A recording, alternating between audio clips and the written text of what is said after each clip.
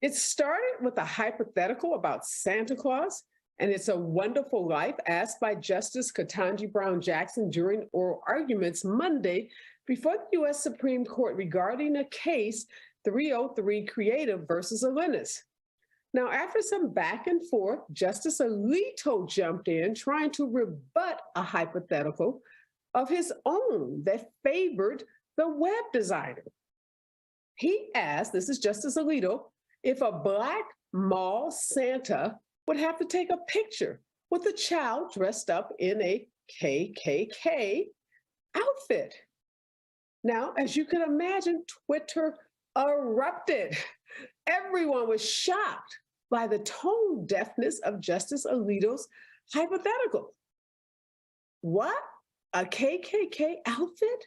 My guests today have lots to say about Justice Alito and the other conservative voices on the U.S. Supreme Court.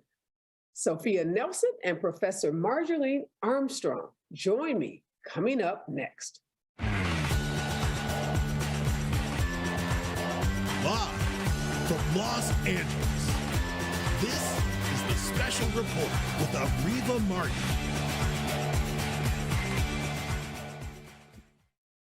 My first guest is Sophia Nelson. She's an award-winning author and journalist. She's also the author of several books, one including Black Women Redefined, Be the One You Need, 21 Life Lessons I Learned by Taking Care of Everyone But Me. Good morning, Sophia. You wrote a pretty scathing op-ed in the Grio about Justice Alito's hypothetical. Why did his comment cause you to erupt, like I use that word with respect to Twitter and so many other pundits and experts who just were appalled by what Justice Alito said? What got your blood boiling? Well, first, thanks for having me, Areva. I think a couple things. One is you probably know about me, as many of your folks who will watch you know, is that I'm a former lifelong center-right Republican. So I'm admitted to the bar of the United States Supreme Court. I consider myself still a conservative, a compassionate conservative, because I'm a Black woman in America. I couldn't be anything but. But I was offended by his analogy, one, because it was just completely inappropriate. Talking about KKK robes on children and Black children and dealing with somehow Justice Jackson's hypothetical, which really spoke to the issue of the day, which is the question always when we're dealing with these kind of cases around race or gender, et cetera, which is equality before the law, right? So it really, to me, struck a nerve about how this very privileged white man his entire life has never known discrimination, never known anything about what it feels like to be denied access or spoken to or spoken down to inappropriately, would come up with a gross hypothetical about children in KKK robes, and somehow Black Santa wouldn't have to take a picture with them if he was at the other end of the mall when white Santa was taking pictures with the white kids. The whole line was just bad, and it was disappointing, but not absolutely unexpected from Justice Alito, given what we've seen in the last year. Yeah, I want to bring Professor Marjorie Armstrong in because, Professor Armstrong, you teach con law at Santa Clara Law School. You are accustomed to watching Supreme Court arguments. You've heard justices ask questions, tough questions, make hypotheticals. What did you make of this hypothetical offered by Justice Alito? Well, Justice Alito was responding in a way that I think he thought was clever and a rebuttal to the question that Justice Brown had asked, or the hypothetical that she had posed.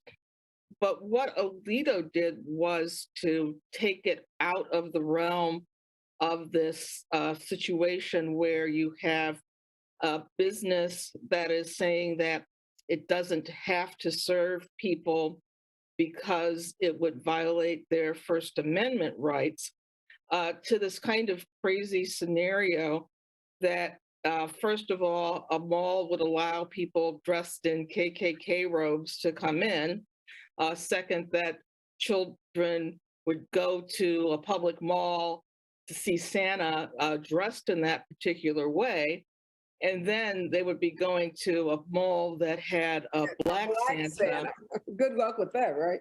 Well, yeah. So the whole scenario becomes fairly detached from the reality that Justice Brown was talking about, because what she was saying was that if you had a mall that was applying standards from segregated United States to current times and saying that they wouldn't serve people because Black people wouldn't be allowed in the mall during segregated times.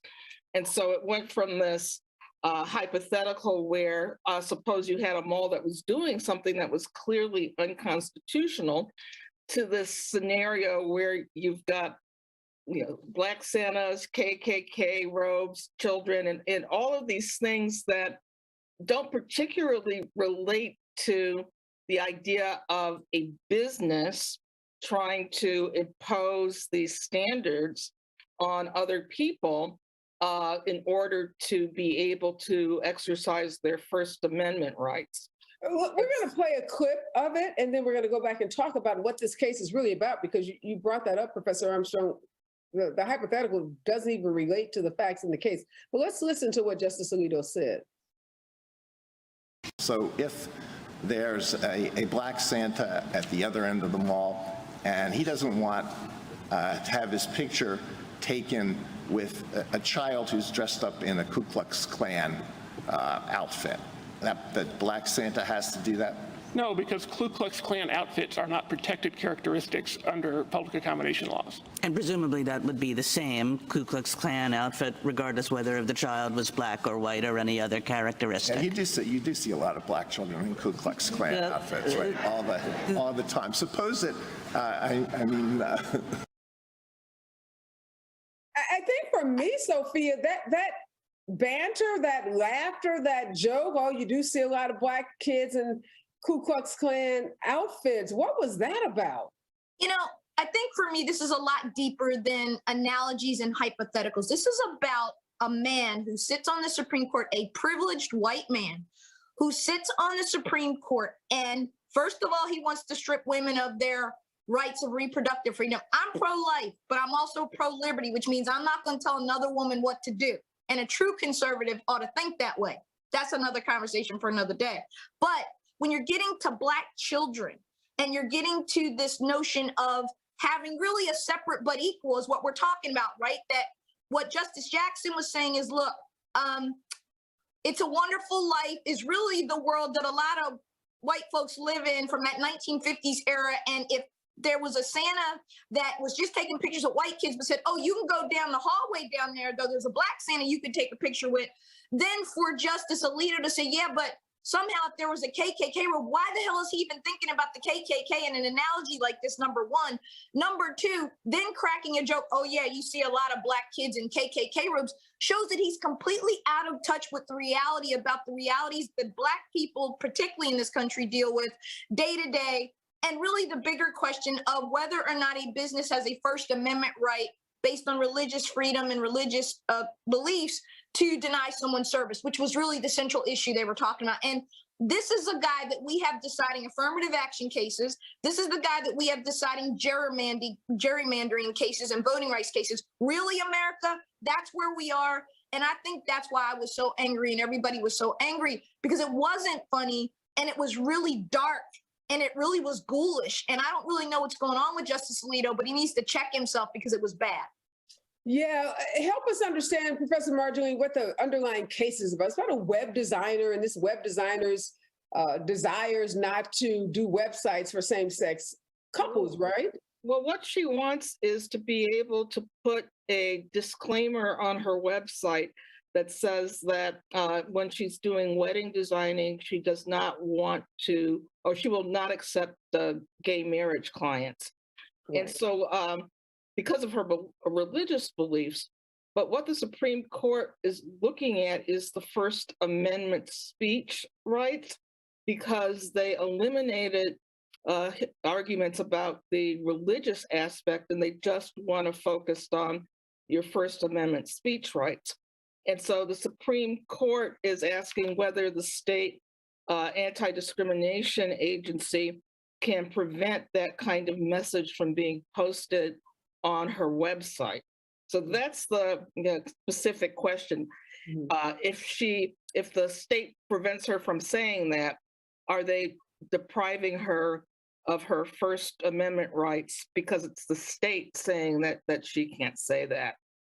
But isn't the whole case really about whether someone has the right, Professor Marjorie, to deny services to a couple, a gay couple?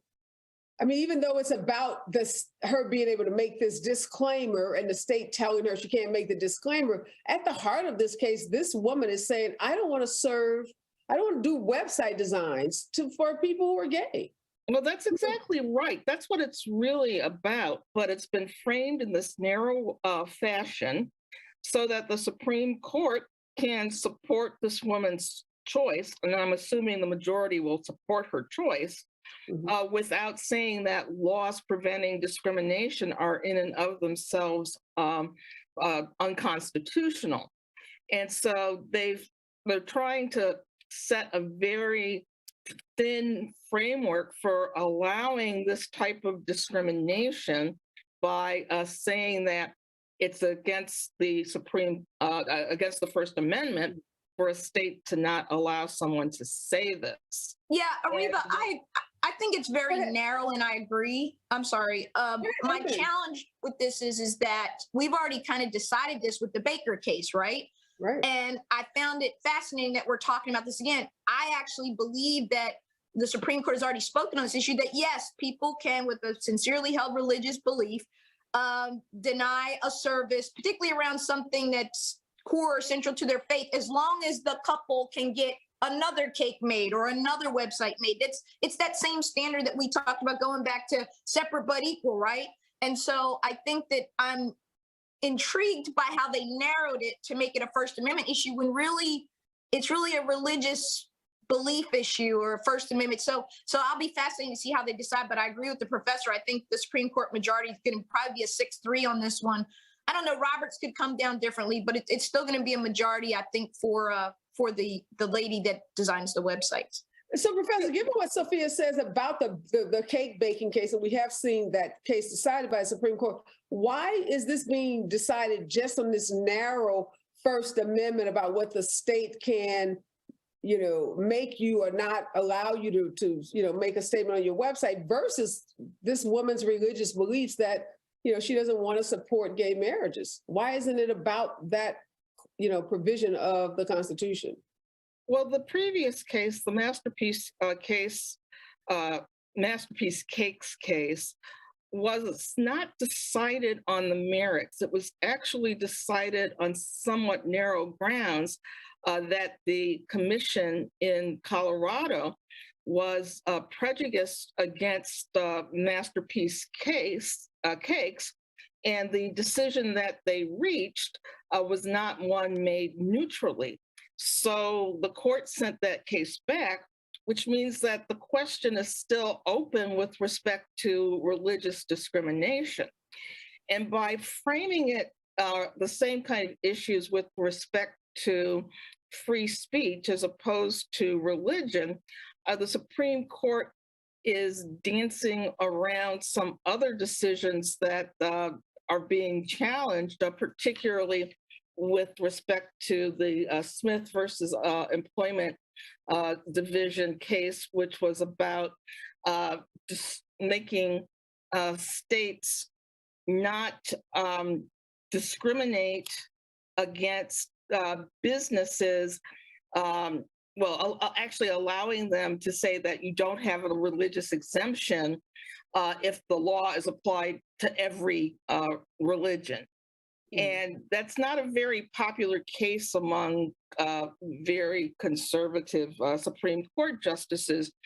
And so this case is within a larger framework of how do you protect religious freedoms, but on the other hand, allow states to clamp down on types of discrimination. And with respect to discrimination against same-sex marriage, you don't have a court that's really behind the idea of non-discrimination for same-sex couples. Areva, I think another important point, though, is that we just passed this Marriage Act, right? The Senate, Right. the president's going to sign it today, but they had to carve out a religious exception.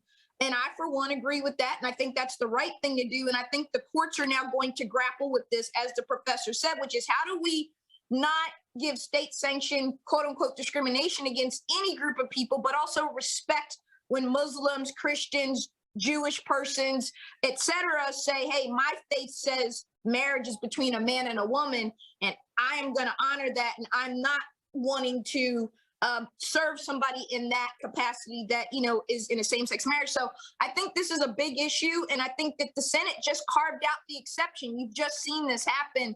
So I'm suspecting that the courts are going to want to do the same thing. I think that's where you're going to see us end up, where we're going to try to respect the rights of those who want to be in same-sex marriages and unions, but we're also going to want to respect the rights of those who, for religious reasons, you know, they were not going to mistreat I gay guess I'm people. confused, Professor, and I hear what you're saying, Sophia, but Professor, how do you square those two? Because if you say my religious belief says that Black kids and white kids should not go to the same school, how is it that we are going to carve out, as Sophia is saying, this exception and allow people to use their religious beliefs as a way to, in some ways, undermine these anti-discrimination laws? What prevents me from saying my religion doesn't want my white kid sitting next to that Black kid?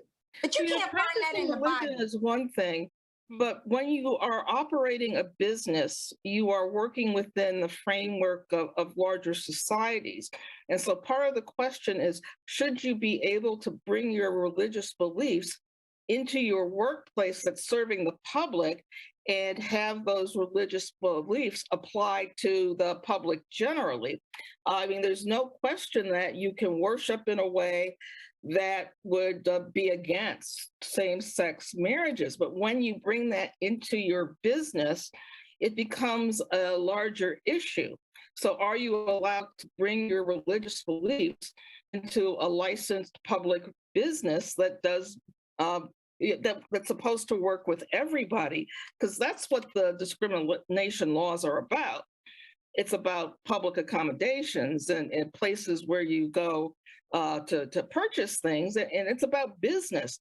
It's not about how you practice your religion. And you're not making a religious statement about your religion because you bake a cake for two people who are gay. You may be against a lot of things, but again, I think you're serving the public.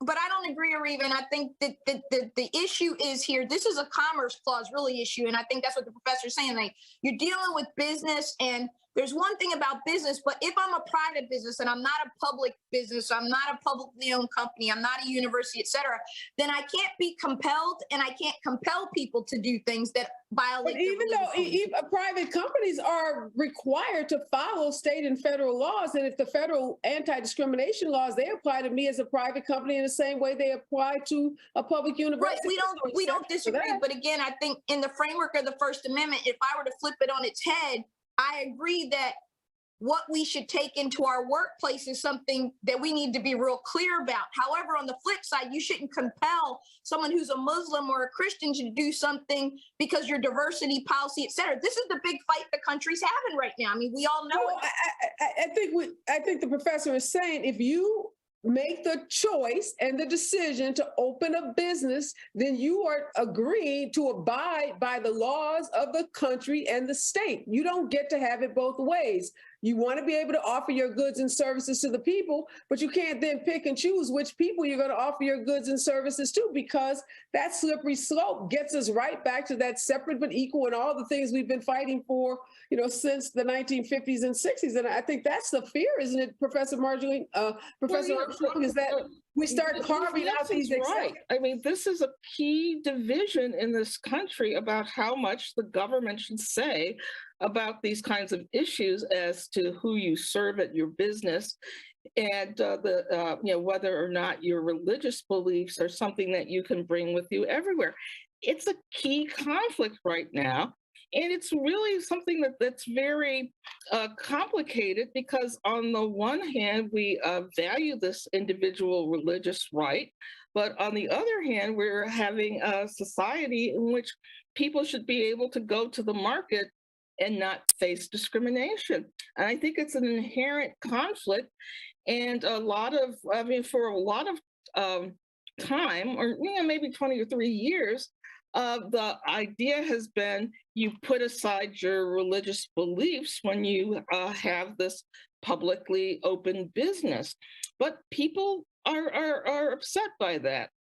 They feel like, perhaps they're being made to sin or do something that's really against their Take beliefs. us down that slippery slope, Professor Armstrong. We're talking about serving gay couples in this context, whether it's the cake baker or the web designer. But help us understand how this can be, it can bleed into other areas beyond just someone's belief about gay marriages. Well, let's say you're against interracial marriage and you don't want to bake a cake for an interracial couple or make a website about an interracial couple. Now, race is protected under the Equal Protection Clause at a very high level. Same-sex marriage or same-sex coupling is not given that type of protection. And to the extent that it's had more protection than, say, something that doesn't have to do with the immutable characteristic, that's very much endangered now because of the current court. So when Justice Kennedy was on the court, he said that distinctions based on same-sex or homosexuality should be given higher scrutiny than non-immutable characteristics. That's something that isn't as supported as the idea that race and gender are things that should be protected by this higher standard. So in some ways, we're going back to look at previous decisions that have accorded same-sex couples at least some greater protection from discrimination. Do you worry, Sophia, about that example the professor gave in terms of interracial marriage that somebody says, based on my religion, I don't want to serve or bake a cake for a Black couple, a Black man is marrying a white woman? Yeah, I mean, I don't see it that way. I think that what we're talking about here is the issue of same sex. And I think that's different than race. And I stand pretty firm on that. And we can argue about that another time. But I get really What bothered about divorced women, Sophia? In the Catholic Church, you're not really supposed to get divorced and, all these. Understood. But I want to keep it on what we're talking about, which is the same sex marriage what issue, we're saying is you can't keep it there because it doesn't end just there. So if a person says, I'm Catholic, I don't believe in divorce. So you don't want to talk about race. Let's talk about divorce. I don't want that divorced woman coming in here buying a cake. Well, don't you think that's, but again, and I've listened patiently, but I think that's not a good analogy. And I'll tell you why, because you're talking about, like she said, an immutable characteristic. We're talking about, we know that race, we know that gender, male, female, blue eyes, blonde hair, whatever, those things we're genetically born with, right? Talking about religious beliefs, and there are some. I'm trying to work there if you let me do it. Should be divorced. Says she got to give me a minute to talk. What I'm saying is that if we're talking about an immutable characteristic, and you're talking about your faith, the Bible is very clear from the Christian standpoint that marriage is between a man and a woman, right? And no, that's I don't agree with that. I don't agree with that. Okay, we can take it offline. We can go open our books, but I'm telling you that that's what my faith teaches me, right? So all I'm saying is that I can't find an example where I'm going to deal with this issue of something that offends my faith, quote unquote, in the same way around race, et cetera, because I can't find anything in scripture, particularly in the New Testament, that says, thou shalt not marry a Black woman or a white man or whatever. But we do find those type of bans, if you will, or commands to not engage in sexual activity with someone other than the opposite sex, right? So I'm just telling you how people are reasoning this. You don't have to agree. But that's our point, Sophia. That's the point, is that people can interpret the Bible differently. And the issue about divorce, that's not per se written in the Bible, but that is a basic tenet and principle of Catholicism. So we Of Christianity, you shouldn't get divorced. You're right. You're right. We can't just say this is about same-sex marriage, because this could be about so much more. And that's what I'm asking, Professor Armstrong. Are you worried that this gets expanded and we start having people, make all kinds of decisions about who they're going to serve or not serve? Well, we were right back where we started, because Justice Brown, in asking the question that she asked, was trying to make an analogy between racial discrimination and discrimination on the basis of same-sex marriage. And if somebody wants to express ideas about supporting discrimination on the basis of race, should that be allowed under the First Amendment? Or is this something that the First Amendment doesn't really apply to because it's in this context of business? And so by saying you can make a statement against same-sex couples, while you can't make a statement against interracial couples, means that you don't have a consistent standard. And so she's asking about whether that standard can be deviated from on the basis of race, right, or on the basis of same-sex couples. And if so, where do you draw the line? What can the state say you can't say in terms of who you'll serve? Is there any kind of limit on that? Or should the state just not be allowing anyone to make the statements? And the argument for that is that it's a bright line. You don't have to worry about where you're going to draw the line if the line is always no, you can't make these statements. But let's not forget, religious liberty and freedom of religion is protected in the First Amendment, expressly protected. And that's there, it's written there by the founding fathers in the document. So we can't get around the fact that the three pillars are, religious liberty, freedom of speech, and we could argue about the Second Amendment, whatever, right? The right to keep and bear arms. Those are kind of the big three, particularly from a conservative point of view, right? Of the pillars of my freedom were kind of in those three. And all I'm saying is that it can't just be that one group has rights superior to another. There's got to be, I agree with you, a standard that applies to us all.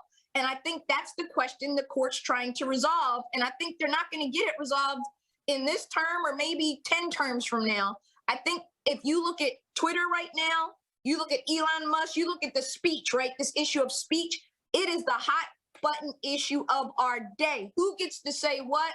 Who gets to tell you what you can't say? How far do we get to go? When do we have to shut up when we're a state actor versus private? That's the fight we're having right now. And I think it's going to be interesting to see what comes down. Frame this so that this is just about the First Amendment. Understand. They didn't want to hear any of the First Amendment speech. They didn't want to hear any arguments about religion.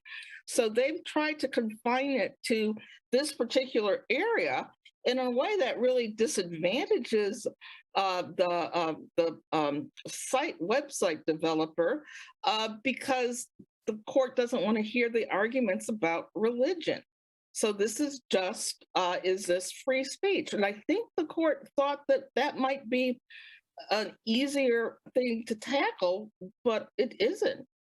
Well, you know that Alliance Defending Freedom brought this case, and what I find interesting about that is that they're a very conservative, group that brings these cases.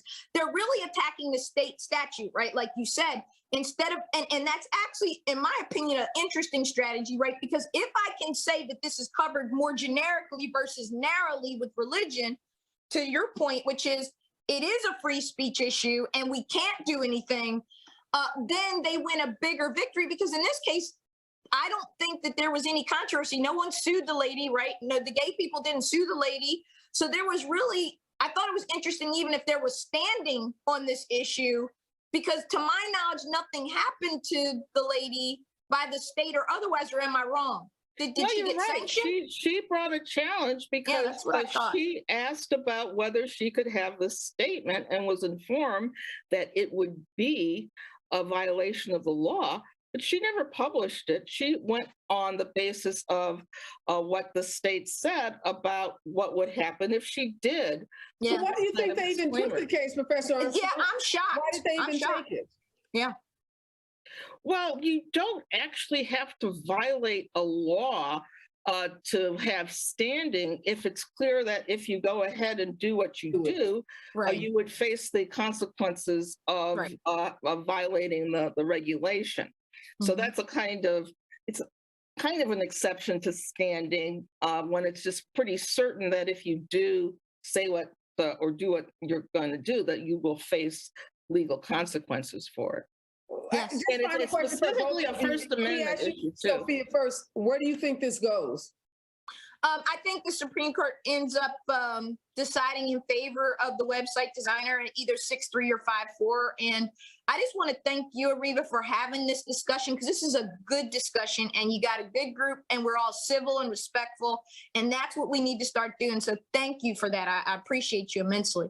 Yeah, no, thank you for your comments too. I really enjoyed reading your Griot piece, and I think outrage was appropriate by every corner of our society. Like, these aren't joking matters. We're talking about little kids. We're talking about the Ku Klux Klan. We're talking about terrorists and fear. What do you think, Professor Armstrong? Where does the court go with this case? Well, I think Ms. Nelson is right in terms of the proclivities of the court, but in terms of a kind of nuanced First Amendment analysis, it's possible to come out in a more progressive, if you want to say, approach. I mean, there are people who are First Amendment absolutists.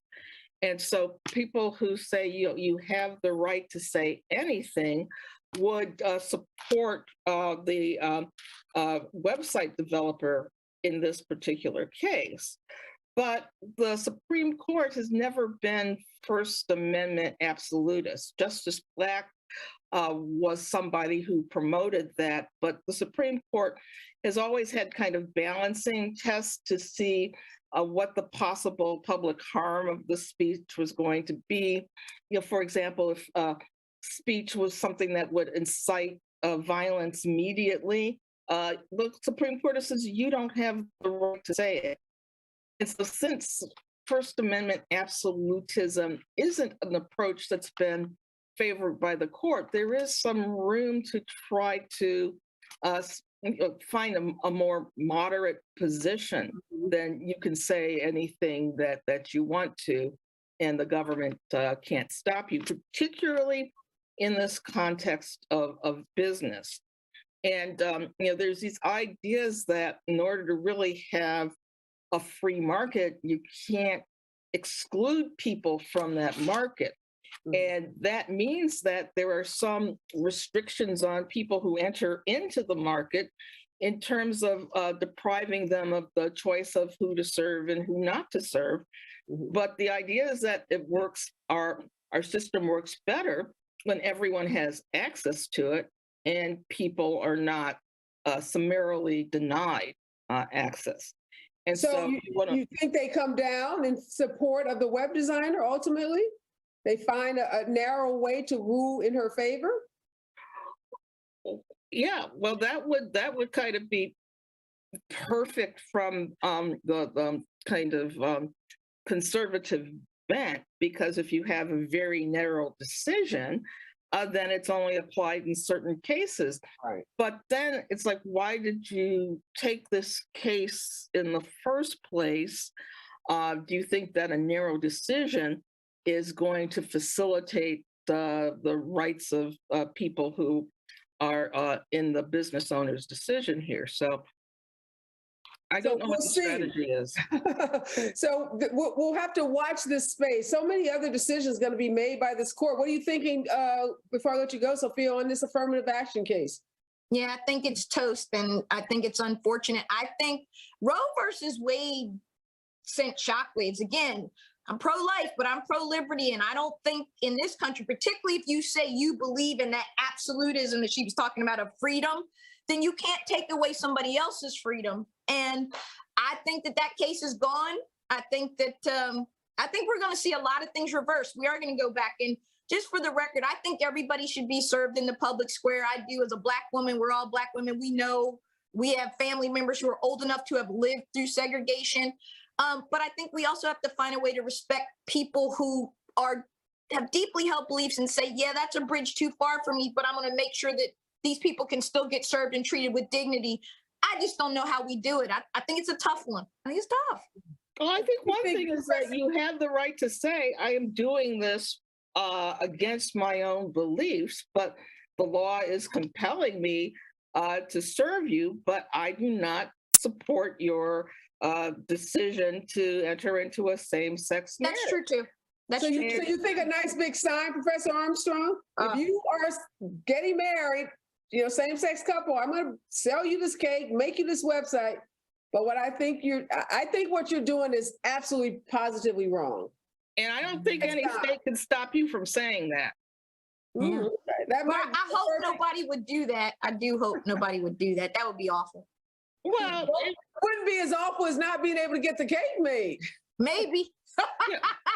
Who would want to go and have those people make their cake if they made that statement? So I think it has the same effect as saying that I can discriminate against you. But that way, everybody gets to put their opinion out there. And that's what we're talking about protecting. That's what the First Amendment protects. Yep. And it encourages, it's supposed to encourage this kind of back and forth. I like the sign. Here's why. Because at least you know where the people stand, right? You don't have to guess about it. You don't like me. You really don't want to serve me. And I may be forced to use you because I may love your design so much that I'm going to hold my nose and buy your cake anyhow. But everybody knows where they stand when everybody gets to express their opinions, which is what you just said the First Amendment is designed to do, is give us that freedom to express our opinions. Thank you, ladies. I really appreciate it. It's such an interesting conversation. You're going to be watching what this court does, not just with this website case, affirmative action. So many big decisions are going to be made by this court. But guess what? Ketanji Brown Jackson is there. So this conversation will be completely different without her presence, her brilliance. So even though we're not going to probably get the decisions we want out of this conservative court, we are going to feel good knowing that anybody appearing before that court is going to be challenged by Justice Jackson in a way that they probably have never been challenged before. So there's a voice. We have a voice on the court. It might not win, but those things are being expressed. Her view of history is being expressed, and it's so refreshing. Well, her presence has been felt big, I think, just in these last number of arguments that we've seen. I wish she had been there for the Roe decision, but she wasn't there yet. But she definitely is a game changer on that court as a Black woman. Definitely, no doubt. That's great. That's how we'll end on a positive note. Again, thank you, Professor Armstrong. Always good to see you. And thank you, Sophia. I have to have you back. Lots to talk about in terms of those religious freedom arguments. We'll have to have that conversation. Let's do it. Thanks, thank you for having me. Absolutely. Yes. Merry Christmas, ladies. Merry Christmas. Brilliant minds, both lawyers, one now lawyer turned journalist and one lawyer turned professor who's teaching the next generation of lawyers. These are such interesting cases. You may not ever think of following the Supreme Court, but what the Supreme Court does impacts all of our lives. So Congress can pass laws, the president can sign off on those laws, but ultimately, if those laws are challenged, and most major laws that impact, major things like abortion and like, who gets to sell what to whom and who gets to say what, all those decisions end up before the Supreme Court. And the Supreme Court has the final say on these life-altering decisions, which is why I'm so happy there's an article out in the paper that says Joe Biden in his first term has appointed more African-American women to the federal bench than any other president, including Barack Obama, and that Joe Biden is on course to really impact the federal bench in a way that has not been done ever. So the diversity of thought, diversity of opinion, so important. He may not get, Joe Biden that is, may not get another Supreme Court justice appointee in the next 2 years that he has in office. And who knows, in those additional 4 that hopefully he may get 1, maybe even 2. but impacting those federal district courts is so important because most cases never make their way to the Supreme Court. Most cases are decided at the district court level. So to think that we're going to have Black and brown women now, not just white men who was mostly, were appointed by Donald Trump, but we're going to have those women sitting at the federal district court is so, so critically important. Democrats get a lot of flack. People say we don't concentrate enough on the court and that Republicans have been so focused on the court. But I want people to know that that is a myth, and I want to debunk that myth. Joe Biden, the Democratic administration, has been focused like a laser on those judicial appointments, and it is starting to make a difference. We will see those women, many of them young women, these are tenured positions, so many of these women will be on the courts for 30 and 40 years. And by being a federal district court judge, that puts you in a position to get promoted to an appellate court and ultimately, like Ketanji Brown Jackson, be on that short list for U.S. Supreme Court when those openings occur, or who knows, maybe when that court expands from 9 to maybe 12 to 15 members, we will have a strong bench of qualified.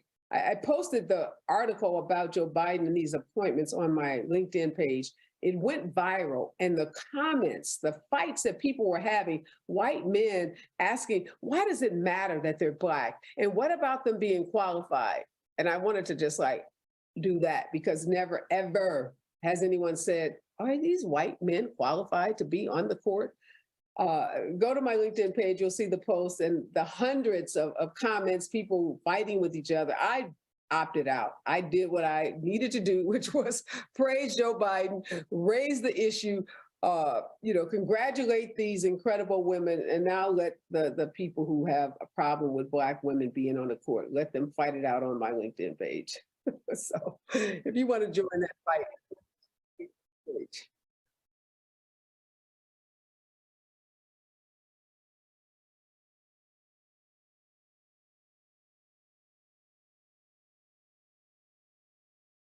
Yes, and I got to give a big shout out to all those folks in Georgia who made sure that Senator Warnock returned to the U.S. Senate because those confirmations of those judges that I just praised happened in the U.S. Senate. And having Warnock there, having that 51st vote, well, with Sinema becoming an independent, it makes it a little complicated, but still so important that Senator Warnock was returned to the Senate so that Joe Biden could continue to appoint and that those senators, Democratic senators, could continue to confirm those judicial appointments. So we got a lot to celebrate as we end this year, particularly as it relates to Joe Biden and his administration and our Democratic senator. Slow and steady. Slow and steady. Joe Biden was called, he was criticized. That term was used as a slur, was used as a pejorative term, but look, slow and steady is getting the job done. Be safe out there. Remember, we're all in this together.